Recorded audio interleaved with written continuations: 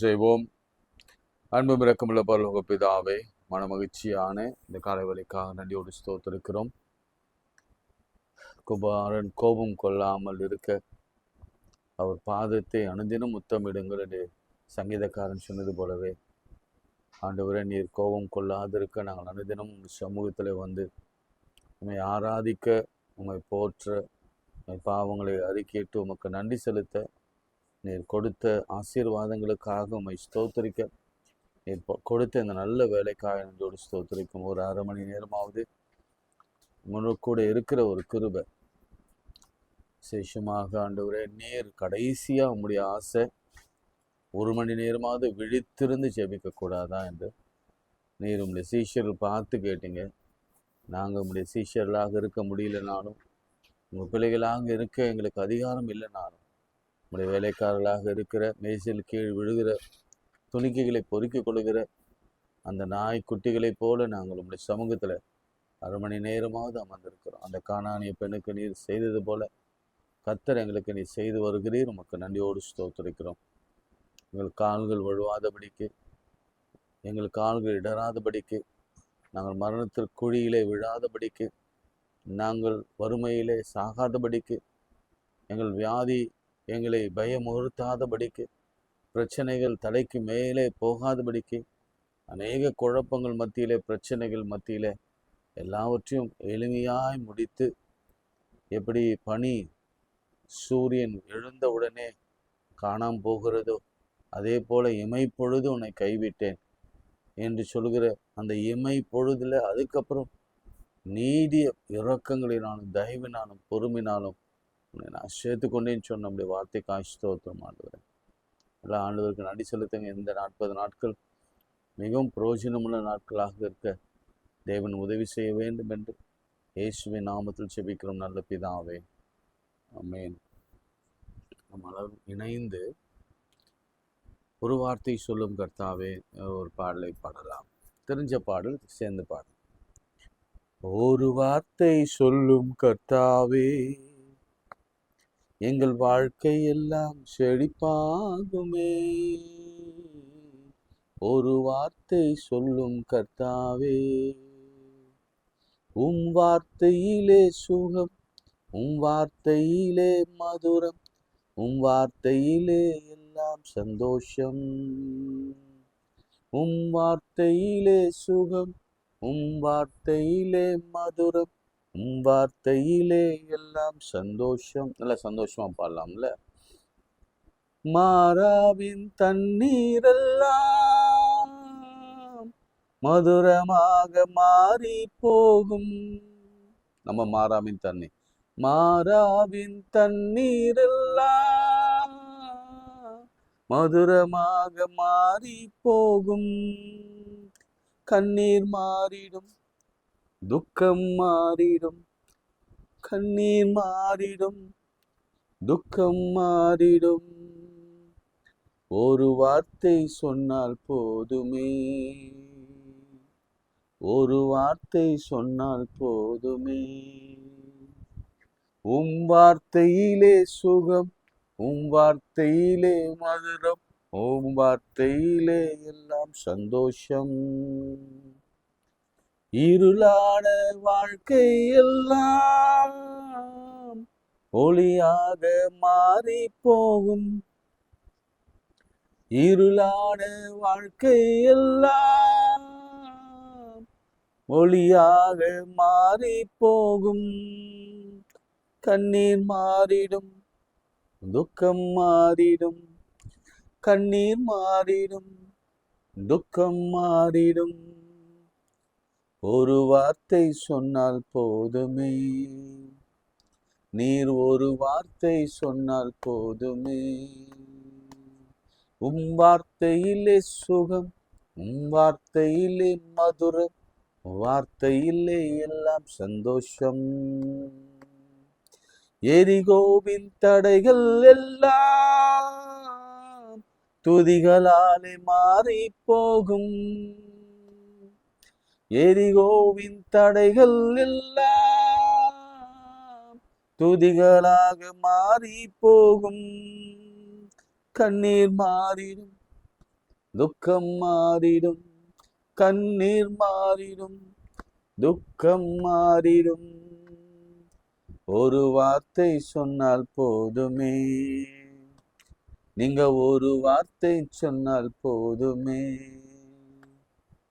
வார்த்தையிலே சுகம், வார்த்தையிலே மதுரம், வார்த்தையிலே எல்லாம் சந்தோஷம்.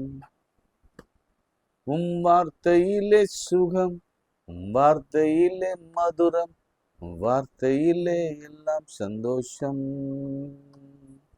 வியாதிகள் வறுமை எல்லாம் விசுவாசால் மாறி போகும். வியாதிகள் வறுமை எல்லாம் விசுவாசால் மாறி போகும். கண்ணீர் மாறிடும், துக்கம் மாறிடும், கண்ணீர் மாறிடும், துக்கம் மாறிடும். ஒரு வார்த்தை சொன்னால் போதுமே, ஒரு வார்த்தை சொன்னால் போதுமே. வார்த்தையிலே சுகம், வார்த்தையிலே மதுரம், வார்த்தையிலே எல்லாம் சந்தோஷம். வார்த்தையிலே சுகம், வார்த்தையிலே மதுரம், வார்த்தையிலே எல்லாம் சந்தோஷம். கைகளை உயர்த்துங்க. உங்க எண்ணங்கள் என்ன, உங்களுடைய ஓட்டங்கள் என்ன, மன பாரங்கள் என்ன, வியாதிகள் என்ன, குழப்பங்கள் என்ன, நீங்க சொல்ல வேண்டிய ஒரே நபர் இயேசு கிறிஸ்து இடம் மாத்திரமே. என்னுடைய விசுவாச பாதையை நான் சொல்ல முடியும். அநேக இக்கட்டுகளை நான் கடந்த போதெல்லாம், அநேக துன்பங்கள் பாதையிலே நடந்த போதெல்லாம், அநேக வியாதியின் பள்ளத்தாக்கிலே விழுந்த போதெல்லாம் என்னை தாங்கினது என் ஆண்டவராகிய இயேசுவின் கரம் மாத்திரமே. கர்த்தரின் கரம், யெகோவா ஈரே. ஒரு விஷயத்தை நம்ம மறந்துடக்கூடாது. பிதா, குமாரன், பரிசுத்த ஆவியை நாம் மறந்துடவே கூடாது. ஆவியானவர் எங்கே உண்டோ அங்கே விடுதலை உண்டு. நம்ம ஜெபிக்க முடியாத சமயங்களிலே நமக்கு உதவி செய்கிறவர் நமது ஆவியானவர். வாக்கு கடங்கா பெருமூச்சோடு கூட வேண்டுதல் செய்கிறவர். இயேசு நமக்காக கண்ணீரோடு கூட ஜெபிக்கிறவரா. நமக்கு முடியாத சமயத்துல வேதனைப்படுகிறவர் அவர். எனவே கலங்காதீங்க, திகைக்காதீங்க. சில வீட்டில் நிறைய குடியின் அடிமை. 40 நாள் நீங்கள் அதற்காக தான் ஜெபிக்க ஆரம்பித்திருக்கிறீங்க, ஆரம்பிக்க போகிறீங்க. 40வது முடியல. இந்த குடியோ, விபச்சாரமோ, வெசிதனமோ அல்லது எந்த கெட்ட பழக்க வழக்கங்களோ அது நின்று போவதை நீங்கள் பார்க்க போகிறீங்க. திருமண தடைகள், ஏன்னா ஃபாஸ்டிங்க்கு அவ்வளவு பவர் உண்டு, ப்ரேயருக்கு அவ்வளவு பவர் உண்டு, பைபிளுக்கு அவ்வளவு பவர் உண்டு. இது ஒரு ஒரு ஒரு ஒரு ஆண்டவரிடத்தில் நம்மை ஒப்புவிக்கிற ஒரு ஒரு சாக்ரிஃபைஸ். எனவே நாம் அர்ப்பணிக்கிற பொழுது நிச்சயம் ஆண்டவர் அற்புதம் செய்வார். திருமணத்திற்கான காரியங்களை ஒழுங்கு பண்ணுவார். நல்ல பிள்ளைகளையும் நல்ல மகள்களையும் கொண்டு வந்து சேர்ப்பார். நிறைய பேருக்கு வேலை இல்லை, கையை உயர்த்தி ஜெபம் பண்ணுங்க. இன்னைக்கு வேலைக்கான வாசல் உங்களுக்காக திறக்கப்படுது. ஏன்னா ஆண்டவர் தான் திறவுகோலை உடையவர். இந்த கீயை காண்பிக்கிறார். இந்த கீ உங்கள் கிடத்த ஒப்படைக்கப்படும். நிறைய வியாதிசில் பார்க்குறேன். மூளையில் கட்டி, கேன்சர் கட்டி, யூட்டரஸில் கட்டி, சருமத்தில் வியாதியெல்லாம் பார்க்குறேன். இயேசுவின் நாமத்திலே சொல்கிறேன், நான் ஒரு தாழ்மையான ஒன்றுமில்லாத குப்பை. நான் இயேசுவின் நாமத்தில் சொல்கிறேன், உங்கள் வியாதிக்கெல்லாம் கர்த்தர் ஒரு முற்றுப்புள்ளி வைக்கிற இந்த லெந்து நாட்களிலே நாம் கடந்து போய் கொண்டிருக்கிறோம். உங்கள் விசுவாசத்தை ஆண்டவர் பார்க்கிறார், உங்கள் அர்ப்பணிப்பை ஆண்டவர் பார்க்கிறார். நிச்சயமாகவே ஒரு பெரிய காரியத்தை நிச்சயம் அவர் செய்வார். நிறைய டிஸ்பியூட்டும் கோர்ட் கேசஸ்களும் உங்களுக்கு சாதகமாக முடியும். ஆண்டவரே, இந்த ஊழியத்தை நீர் ஆசீர்வதிங்க. இந்த ஊழியத்தை தாங்குகிற அநேகரை எழுப்பி தாங்க. உதவி செய்கிறவர்களை ஆசீர்வதிங்க. இன்னும் உதவி செய்கிறவர்களை எழுப்பி தாங்க. இயேசுவின் நாமத்தில் ஜெபிக்கிறோம் பிதாவே, ஆமென். நேற்று நாம எஸ்தர் புத்தகத்திலிருந்து ஆமான் ஹாரபிள், அழகா நிறைய டைட்டில் இருந்தது. ஆமான் ஹாரபிள் லீடர், அப்புறம் சாட்டனிக் அப்போசிஷன். நம்ம நேற்று அதுதான் நான் எழுதினேன்.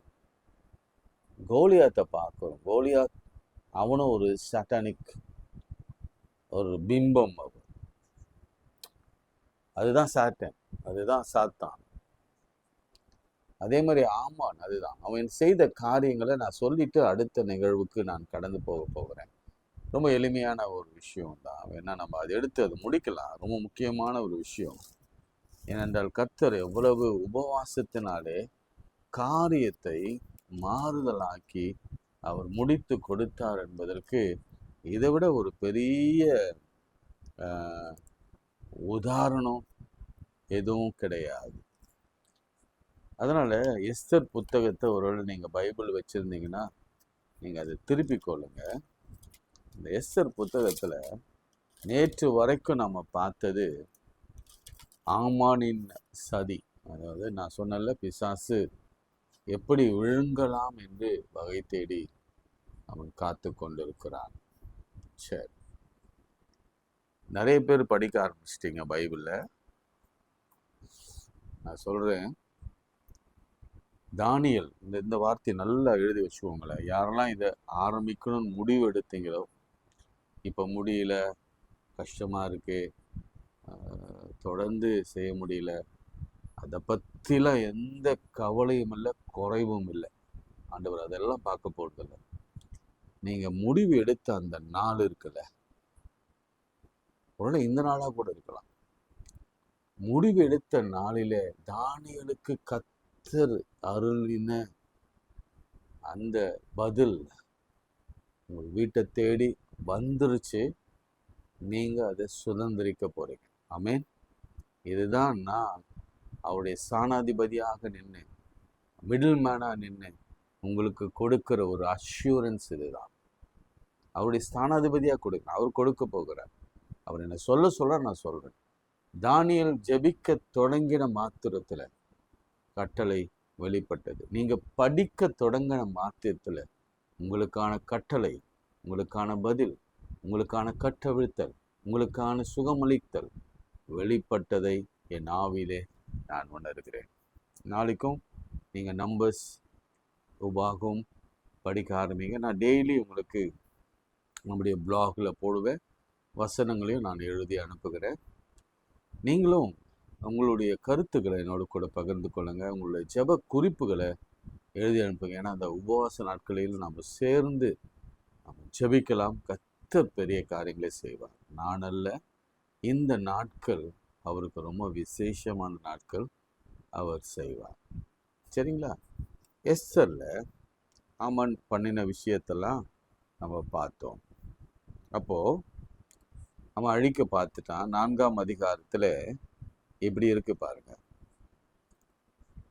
நடந்த யாவற்றையும் மொர்தெகாய் அறிந்தபோது மொர்தெகாய் தன் வஸ்திரங்களை கிழித்து ரெட்டுடுத்தி சாம்பல் போட்டுக்கொண்டு நகரத்தின் நடுவே புறப்பட்டு போய் துயர மகா சத்தத்துடனே அலறிக்கொண்டு, அந்த வார்த்தையெல்லாம் பாருங்க, அப்படியே ஒரு வீட்டுல என்ன நடக்குமோ அது அப்படியே நடக்குது.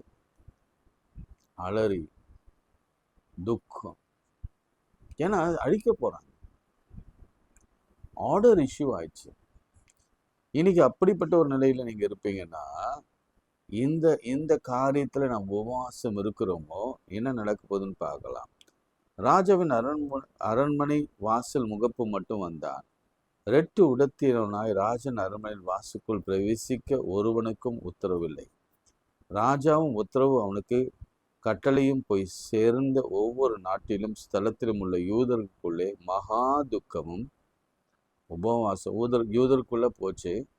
மகா துக்கமும் உபவாசமும் அழுகையும் புலம்பலும் உண்டாய் அநேகர் இரட்டுடுத்தி சாம்பலில் கிடந்தார்கள்.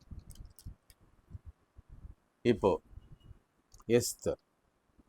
எஸ்தர் எப்படின்னா, நான் அந்த விஷயத்துக்குள்ள நான் டீப்பா போக விரும்பல. மொர்தெகாய் சொல்றார், இந்த காலத்தில் நீ மௌனமாயிருந்தால் யூதருக்கு சகாயம் வேறு ஒரு இடத்திலிருந்து எழும்பும், அப்பொழுது நீயும் உன் தகப்பன் குடும்பத்தாரும் அழிவீர்கள். சிம்பிளா சொல்றேன். இது நீங்க நல்ல விதமா எடுத்துக்கலாம் அல்லது காஷன் எடுத்துக்கலாம். நீங்க உங்க குடும்பத்திற்காக, உங்க பெற்றோர் பிள்ளைகளுக்காக நீங்க உபவாசம் இருக்கலைன்னா, இந்த காலத்துல நீங்க மௌனமா இருந்தீங்கன்னா நாம அழிவை சந்திப்போம். நாமன்னு சொல்லிட்டேன், இன்க்ளூடிங் மீ. குடும்பத்துல ஒருத்தராவது, 2 பேராவது, தலைவராவது, தலைவியாவது, பிள்ளைகளாவது, யாராவது ஒருவர் தரப்புல நிற்க பிரயாசப்படுங்க. நான் சொல்றேன், என் வீட்டுக்காரர் திருந்தணும், அவரால் முடியல, என் ஃபேமிலியில எல்லாம் கறி சாப்பிட்றாங்க, நான் சாப்பிடாம இருக்க முடியாது. No way. உங்க குடும்பம் அழிக்கப்படாமல் இருக்கணும்னா, இதுதான் மொர்தெகாய் நமக்கு கற்றுக் கொடுக்கிற தேவனுடைய காஷன். இது இப்ப நீ அமைதியா இருந்தேன்னா சொல்லுவாங்க, என்னங்க ஃபாஸ்டிங் 40 நாள், நம்மனா மற்ற சமயத்தை சார்ந்தவங்களா, அவங்க இடுமுடியெல்லாம் கட்டி 48 நாள் விரதம் இருந்து மலையில ஏறுறாங்க. இஸ்லாமிய சகோதரர்கள் அவங்க முகரம் என்ற ஒரு பண்டிகைக்காக ஃபாஸ்டிங் இருக்கிறாங்க. அவங்க ஃபாஸ்டிங் பயங்கரமாக இருக்கும். ஏர்லி மார்னிங்லேருந்து சூரியன் அஸ்தமிக்கிற வரை இருக்கும். வேறு சிலர் நிறைய ஃபாஸ்டிங், சனிக்கிழமை ஒருத்தர் சிலர் இருப்பாங்க, டியூஸ்டேஸ் இருப்பாங்க, வெள்ளிக்கிழமையில் இருப்பாங்க. ஏன் நம்ம அதெல்லாம் செய்யணும் நினைக்காதீங்க. நான் உங்களுக்கு ரொம்ப சுருக்கமாக ஒரு வார்த்தை சொல்கிறேன், சுருக்குன்னு சொல்கிறேன். உங்கள் குடும்பம் அழிந்து போகாதபடிக்கு வசனத்தை வைத்து தான் சொல்கிறேன். திரும்ப வேணா அந்த வசனத்தை உங்களுக்காக நான் வாசிக்கிறேன். இந்த காலத்தில் நீ சகோதரியே, சகோதரனே, தகப்பனே, தாயே, என் அன்பு சகோதரனே, மௌனமா இருந்தால் ரட்சிப்பு வேறு இடத்துல இருந்து வரும். அது நடக்கும், எல்லாரும் ரட்சிக்கப்படுவாங்க. ஆனா நீயும் உன் தகப்பன் குடும்பத்தாரும் அழிவீர்கள். நீ இப்படிப்பட்ட காலத்திற்கு உதவியா இருக்கும்படி உனக்கு ராஜ மேன்மை கிடைத்திருக்கலாமே, யாருக்கு தெரியும் என்று சொன்னார். இந்த யாருக்கு தெரியும் அப்படின்ற வார்த்தையை நம்ம எதுல பார்த்தோம்? நினிவே மக்கள் சொன்னாங்க, யாருக்கு தெரியும். இல்ல, கவனிங்க. இனி நீங்க மௌனமா இருந்தீங்கன்னா கஷ்டம் அப்படின்னு ஆண்டவர் சொல்றார். உங்க குடும்பத்துக்கு ரொம்ப கஷ்டம்னு சொல்றார். மற்ற கிறிஸ்டியனை பத்தி கவலைப்படாதீங்க, கிறிஸ்தவ அல்லாத பத்தி கவலைப்படாதீங்க. அவரெல்லாம் கர்த்தர் பார்த்துப்பார், ரட்சிப்பார். ஆனா உங்க குடும்பமும் நம்முடைய குடும்பமும் அழிந்து போகும். அதனால என்ன பண்ணாங்க, அந்த அம்மா உடனே எழுந்து, நல்ல வேளை ஆண்டுடைய வார்த்தைக்கு அவங்க செவி கொடுத்தாங்க. நீ போய் சூசானில் இருக்கிற யூதர் எல்லாரும் கூடி வர செய்து 3 நாள் அல்லும் பகலும் புசியாமலும் குடியாமலும் இருந்து ஒரு 3 days ஃபாஸ்டிங் போடுறாங்க. எப்படிப்பட்ட ஃபாஸ்டிங்னா, புசிக்க கூடாது, குடிக்கக்கூடாது. இங்கே ஒரு ஜென்ரல் நாலேஜ் கொஸ்டின் ஒன்று நான் இன்னைக்கு தான் கேள்விப்பட்டேன். பட் லாஸ்ட் இயர்லாம் நான் சொன்னேன்னா என்னன்னு எனக்கு ஞாபகம் இல்லை. எப்படி ஃபாஸ்டிங் இருக்கிறது அப்படின்ற ஒரு பிப்ளிக்கலான ஒரு சயின்டிஃபிக்கான அப்ரோச்சை பற்றி பார்க்கும் பொழுது இது கொஞ்சம் வித்தியாசமாக இருந்தது. நான் கேள்விப்பட்டது உண்மைன்னா எனக்கு உண்மைன்னு எழுதுங்க, இல்லை அது வேறுன்னா நீங்கள் வேறுன்னு எழுதுங்க. இயேசு கிறிஸ்து வனாந்தரத்தில் 40 நாள் உபவாசம் இருந்தார். அந்த சமயத்தில் அவர் தண்ணீர் குடித்தாரா இல்லையா? பதில் என்ன? இப்பயே சொல்லிட்டு இருப்பீங்கன்னு நினைக்கிறேன், உங்க மனசுல நீங்க சொல்லியிருப்பீங்க. பதில், தண்ணீர் மாத்திரம்தான் குடித்தார் அப்படின்னு வசனம் இருக்குன்னு நான் பார்த்தேன், கேட்டேன் இன்னைக்கு. ஆனால் நம்ம தமிழ் பைபிளில் அப்படி என்ன டிரான்ஸ்லேஷன்? அப்போ ரொம்ப தெளிவாக அதில் சொல்லப்பட்டிருந்தது, நிச்சயமாக மோசே இருந்தது போல இயேசு இல்லை. மோசே புசியாமல் குடியாமல் 40 நாள் இருந்தார். அப்படி இயேசு இல்லை. இயேசு எல்லா மனுஷரை போல அவர் தண்ணீர் மாத்திரம் குடிச்சிட்டு 40 நாள் சாப்பிடாமல் இருந்தார். இதுல நான் இயேசு கிறிஸ்துவை கீழே அமுக்கிட்டு மேலே மோசே வைக்கிறேன்னா நீங்க நினைக்க கூடாது. பிசிக்கலி நமக்கு ஆண்டவர் கற்று கொடுக்கிற ஒரு நல்ல பாடம் இது, ப்ராக்டிக்கல் லெசன். மோசே இட்ஸ் அ ஸ்டோரி, அதுவும் ஒரு உண்மை சம்பவத்தை அடையாளமாக கர்த்தர் வைத்திருந்தாலும் இயேசு கிறிஸ்து ரொம்ப யதார்த்தமான ஒரு மாதிரியாக நமக்கு இருக்கிறார். தண்ணி குடிக்காம 3 நாள் ஒருத்தர் இருந்தாங்கன்னா செத்துருவாங்க. அதனால நீங்க ஃபாஸ்டிங் இருக்கும்போது, நான் ஏற்கனவே முதல் நாளே சொன்னேன்னா, டாக்டருடைய அட்வைஸ் இல்லாம அல்லது ஃபாஸ்டிங் பத்தியே என்னன்னு தெரியாம ஒண்ணுமே தண்ணி கூட ஒரு டிராப் கொடுக்காம பல்லுல படாம இருந்தீங்கன்னா ரொம்ப ரொம்ப மோசம். அது சாவுல கொண்டு போய் முடியும். நான் ரொம்ப தெளிவா பேசுகிறேன். It will lead to death. அப்படிப்பட்ட உபவாசத்தை ஆண்டவர் என்று விரும்பினதில்லை, அவர் விரும்பவும் மாட்டார், ஏற்றுக்கவும் மாட்டார். அதனால இயேசு கிறிஸ்து தண்ணீர் குடித்தார், சாப்பிடல என்ற ஒரு உண்மையை இன்னைக்கு நீங்க அறிந்து கொள்ளுங்க. அப்படி இருக்கும் பட்சத்துல நம்முடைய உபவாசம் நிச்சயமாக நம்முடைய ஹெல்த் கான்சியஸோடு கூட நாம் இருக்க வேண்டும் என்பதுதான் இன்று நாம் கற்றுக்கொள்கிற பாடம். ஆனா இவங்க 3 நாள் அது ரொம்ப ப்ராக்டிக்கலா முடியும். 3 days தண்ணி குடிக்காம சாப்பிடாம இருக்க முடியும். Only 3 days. நான் ஒரு நாள் நேஷனல் ஜியோகிராஃபி பார்த்து கொண்டு இருந்த பொழுது, உங்களுக்கு தெரியும், அவனை பார்த்துருப்பீங்க, இந்த காட்டிலலாம் போயிட்டு புழுலாம் சாப்பிடுவான், அவன் பேர் மறந்துட்டேனே. அவன் சொன்ன வார்த்தையும் அதுதான். 3 days தான் நல்ல தண்ணி குடிக்காம இருக்க முடியும், தண்ணி குடிக்காம இருக்க முடியும். 3 daysக்கு அப்புறம் நிச்சயம் முடியவே முடியாது, வாழ முடியாது. ஜாக்கிரதையா இருங்க. அதனால கொஞ்சம் லிக்விட் நமக்குள்ள எப்பொழுதும் இருந்து கொண்டே இருக்க வேண்டும்.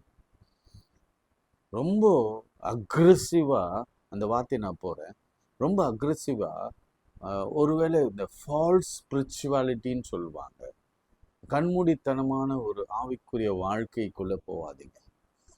இது அஞ்ஞானிகள், அவங்களுக்கு அறிவில்லாம அது அது அவங்க ஆர்வத்தோடு செய்கிற சில காரியங்கள், என்ன அதிக பிரசங்கிதனமான சில காரியங்கள் செய்யாதீங்க. அதை நான் அலோவ் பண்ண மாட்டேன், வேதமும் அலோவ் பண்ணவே பண்ணாது.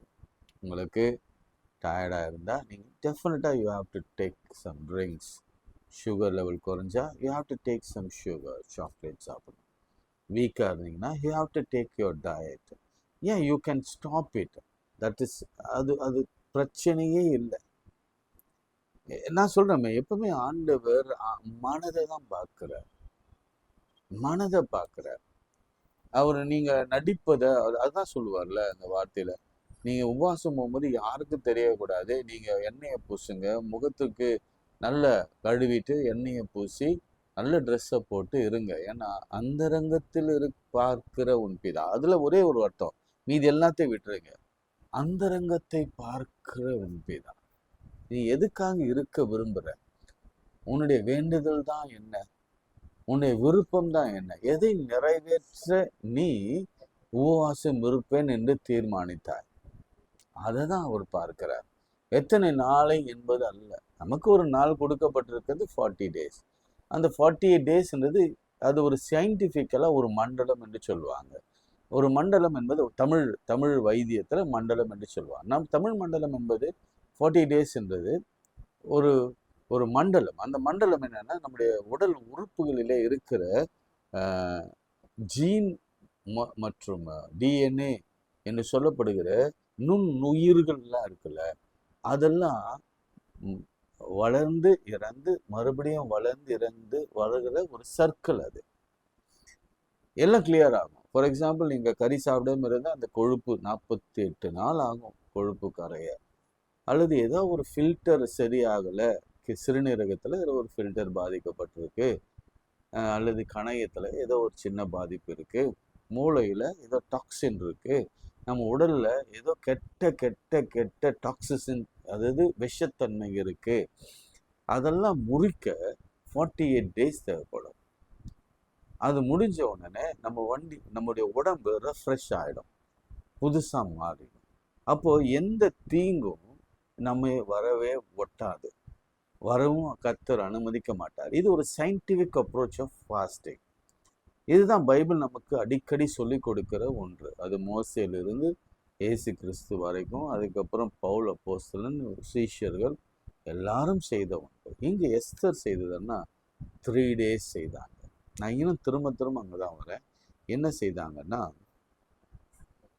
நானும் தாதிமாரும் உபவாசம் பண்ணி, அதாவது அவங்க யூதருக்காக தான் போகிறாங்க, அங்கே ஒரு குவீன், அவங்களும் உபவாசம் இருக்க வேண்டிய அவசியம் இல்லை.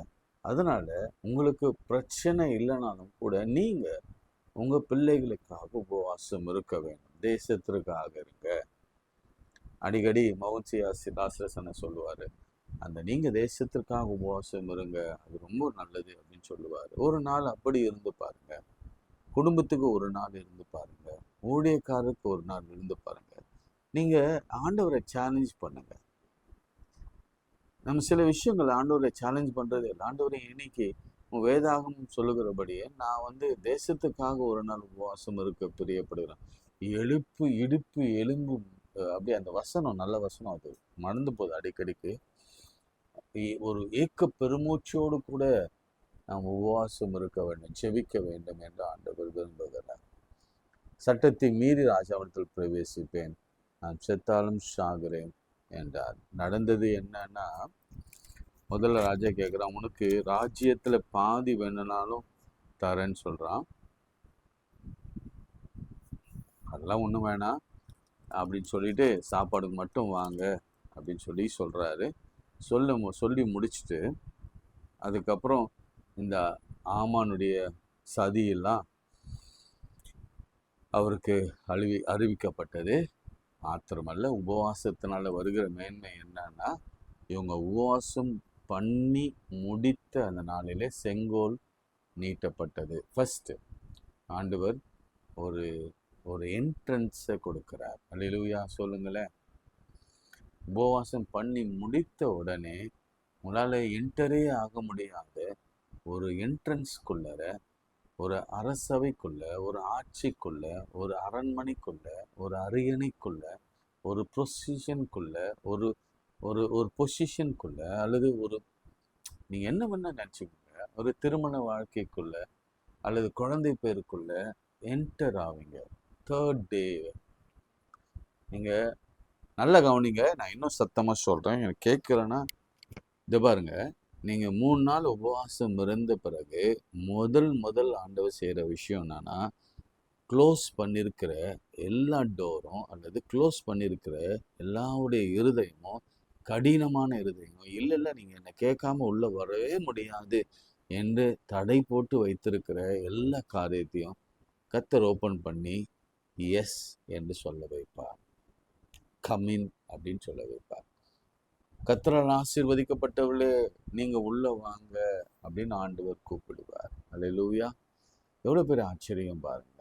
நம்ம ரொம்ப லேசாக உபவாசத்தை குறித்து நினைத்து கொண்டிருக்கிறோம். என்ட்ரன்ஸ் நிறைய வசனங்கள் உண்டு. இதோ திறந்த வாசலை வெளிப்படுத்தல உனக்கு வைக்கிறேன், அதை ஒருவனும் பூட்டான். சங்கீதத்தில் நிறைய வாசல்கள் பற்றி இருக்கிறது. எனவே உங்களுக்கான வாசல்கள் திறக்கப்படும். ஃபர்ஸ்ட். 2வது, உங்களுக்கு எதிராக இருக்கிற பிசாசின் அட்ராசிட்டி, உங்கள் பிசாசின் அந்த சூழ்ச்சிகள் அப்படியே திருப்பப்படும், மாறுதலாய் முடியும். எப்படி முடியும்னா, ஆமான் மொர்தெகாய்க்காக ஒரு பெரிய தூக்கு மரத்தை வைத்தான். அன்னைக்கு மறுநாள் அவன் ராஜா நல்லா தூங்கி கொண்டிருக்கிறான், தூங்க பார்க்குறான். அதுக்கப்புறம் விழிச்சவன் எழுந்திருக்க தூங்கவே முடியல. அவன் கர்த்தர் கண் தூக்கத்தை ஒட்டாமல் இருந்தான். வாசிக்கிறேன் பாருங்க. அந்த ராத்திரி ராஜாவுக்கு நித்திரை வராதபடியால், நான் சொல்றேன் பாருங்களேன், உங்களுக்கு நன்மை வர வரைக்கும் உங்க எதிராளியோ, உங்க அதிகாரியோ, உங்களுடைய எஜமானருக்கோ அல்லது உங்களுடைய யாருக்கோ தூக்கமே வராது. நல்லது பண்ணினா அவனுக்கு எப்படியாவது ஒரு வீடை வாங்கி கொடுக்கணும், அவனுக்கு எப்படியாவது ஒரு வேலை கொடுத்துடணும், எப்படியாவது சம்பளத்தை வர வைக்கணும், எப்படியாவது அவனை சுகமாக்கணும். ஒரு டாக்டர் சொல்வார், அவனை நான் முடிக்காம தூங்காம கொல்லாம எப்படியாவது அவனை குணமாக்கணும். தூக்கத்தை வரவிட மாட்டார். தூக்கத்தை வரவிடல. நல்லா டைரி எடுத்துட்டு வா, எனக்கு யாரெல்லாம் நன்மை செய்தாங்களோ அதெல்லாம் வாசி அப்படின்னு சொன்ன உடனே, ரெண்டாவது, ஆண்டவர் நமக்கு செய்கிற வரைக்கும் அவரும் தூங்க மாட்டார். நமக்கு செய்ய விருக்க வேண்டியவங்களையும் தூங்க விட மாட்டார். அல்லேலூயா. அப்புறம் தூக்கம் வரும், அப்படியே ரிவர்ஸ் ஆகுது. அதான் சொல்றாங்க, காரியத்தை அப்படியே மாற்றி போடுவோம். நமக்கு எதிராக வந்ததை அவங்களுக்கு எதிராக திருப்புவோம். இது அழகாக முடிப்பார். அதை நாளைக்கு நான் சொல்கிறேன். என்ன சந்தோஷம் வந்ததுன்னு நாளைக்கு சொல்கிறேன். உங்கள் வாழ்க்கை கர்த்தர் பிசாசு என்ன நினைச்சு உங்களை இந்த அளவுக்கு கீழே தள்ளி இருக்கிறானோ, அழிக்க பார்க்குறானோ, அது எல்லாவற்றையும் அவமாக்கி எல்லாவற்றையும் அவர் அதமாக்கி அந்த பிளான் எல்லாம் டிஸ்ட்ராய் பண்ணி உங்களை அவர் என்ன இடத்துல வைக்க விரும்புகிறாரோ, மேலே ஒரு குதிரையில, ராஜாவின் குதிரையில, அவருடைய மோதிரம் அணிந்து, அவருடைய உடை அறிந்து, அவருடைய செங்கோலை பிடித்து, அவருடைய பட்டயத்தை வைத்து அவனை அதிகாரி ஆக்குற வரைக்கும் அவரும் தூங்க மாட்டார். அது மாதிரி செய்கிறவனையும் தூங்க விட மாட்டார். அந்த அதிகாரத்தை கொடுக்க கர்த்தர் வைத்திருக்கிறாரு அதிகாரிகளை, அந்த அதிகாரிகளையும் தூங்க விட மாட்டார். அன்புள்ள ஆண்டவரே, நாங்கள் கேட்ட நம்முடைய வார்த்தைக்காய் ஸ்தோத்திரிக்கிறோம். 3 நாள் ப்ரேயரில் ஒரு பெரிய என்ட்ரன்ஸ் கிடைக்கும்னா, ஒரு பெரிய லிஃப்ட் கிடைக்கும்னா, எங்களுக்கு விரோதமாக இருந்த சூழ்ச்சிகளுக்கு ஒரு முற்றுப்புள்ளி வைத்து அந்த சூழ்ச்சிகளே எங்களுக்கு சாதகமாக முடியும்னா, நாங்கள் ஏன் அதை செய்யக்கூடாது? இன்னைக்கு கூட யாரெல்லாம் அப்படி செய்ய போகிறேன், எஸ்தர் ஜபத்தை செய்ய போகிறோம்னு சொல்கிறவங்க மாத்திர கையை உயர்த்தணும். உன்னை நான் 40 நாள் கேட்கல, 3 நாள் கேட்குறேன். அதுவும் புசியாமல் குடியாமல், அதற்கும் நான் உங்களுக்கு ஒரு விஷயத்த சொல்லியிருக்கிறேன். அதுலேயும் நீங்கள் கவனமாக இருந்து, நான் எஸ்தர் ஜபத்தை செய்வேன், ஆனாலும் ஹெல்த்தை பார்த்துட்டு செய்வேன், ஆனால் 3 நாள் ஜபிப்பேன்னு சொல்கிறவங்க கையை உயர்த்தணும். உங்கள் காரியம் மாறுதலாய் முடியும். உங்களுக்கு ஒரு என்ட்ரன்ஸ் கிடைக்கும், உங்களுக்கு ஒரு கேட்வே உண்டாகும், உங்களுக்கு ஒரு திறந்த வாசலை கர்த்தர் வைப்பார். உங்களுக்குள்ளே நீங்கள் பிரவேசிக்கும் பொழுது குவீனாக பிரவேசிப்பார். ஒரு உலக பிரகாரமான ஒரு ராஜா சொல்கிறான், ராஜ்யத்தில் பாதி தரேன்னு சொல்கிறான். அண்ட் ஆண்டவர் இந்த உலகத்தையே, அதாவது ஒரு சின்ன கண்ட்ரியை வைத்திருக்கிறவன், சின்ன பிளேஸை வைத்திருக்கிறவன், அவன் சொல்கிறான், என் பிளேஸில், என்னுடைய ரீஜனில் உனக்கு ஆஃப் ஆஃப் த போர்ஷன் தரேன்னு சொல்கிறான். இந்த அண்ட சராசரங்களை உடையவர், அவர் எவ்வளோ அதிகமாய் கொடுக்க வல்லவராக இருக்கிறார். அதே போல் ஆமானின் அந்த சூழ்ச்சிகளை அவமாக்கி முர்தெகாயை உயர்த்தினது போல உங்களையும் உங்கள் பிள்ளைகளையும் பிள்ளைகளின் பிள்ளைகளையும் அவர் உயர்த்துவார். நீங்கள் அழிக்கப்பட மாட்டீங்க, நீங்கள் அதமாக்கப்பட மாட்டீங்க, நீங்கள் நிர்மூலமாக மாட்டீங்க. கர்த்தர் உயர்த்தி உங்கள் பிள்ளைகளை அவர் சாட்சிகளாக ரெமனண்டாக அவர் வைத்து உலகத்தை ஆள வைப்பார். இயேசுவின் நாமத்தில் ஜெபிக்கிறேன் பிதாவே, ஆமென். நமது ஆண்டவராக இயேசுவின் கிருபை, பிதாவாகிய தேவனுடைய அன்பு, பரிசுத்தாவின் ஐக்கியம் நம் அனைவரோடும் என்றும் சிதாக்கள் நிலைத்திருப்பதாக. ஆமென். Please share. உங்கள் பிள்ளைகளோ உங்களோட குரூப்ஸோடு ஷேர் பண்ணுங்கள். இந்த சேலஞ்ச் எடுக்க சொல்லுங்கள். 3 days சேலஞ்ச் எடுக்க சொல்லுங்கள். 40 days சேலஞ்ச் எடுக்க சொல்லுங்கள். நாளைக்கு 21 day சேலஞ்சஸை நம்ம பார்க்கலாம். வேதத்தை முழுசாக முடிக்க பிரயாசப்படுங்க, அதில் பெரிய நன்மை உண்டாயிருக்கும். இந்த ஊழியத்தை நீங்கள் உதவி செய்ய விரும்பினா தயவுசெய்து என்னை தொடர்பு கொள்ளுங்கள். கர்த்தர் உங்களோடு இருப்பார். ஆமென். God bless you.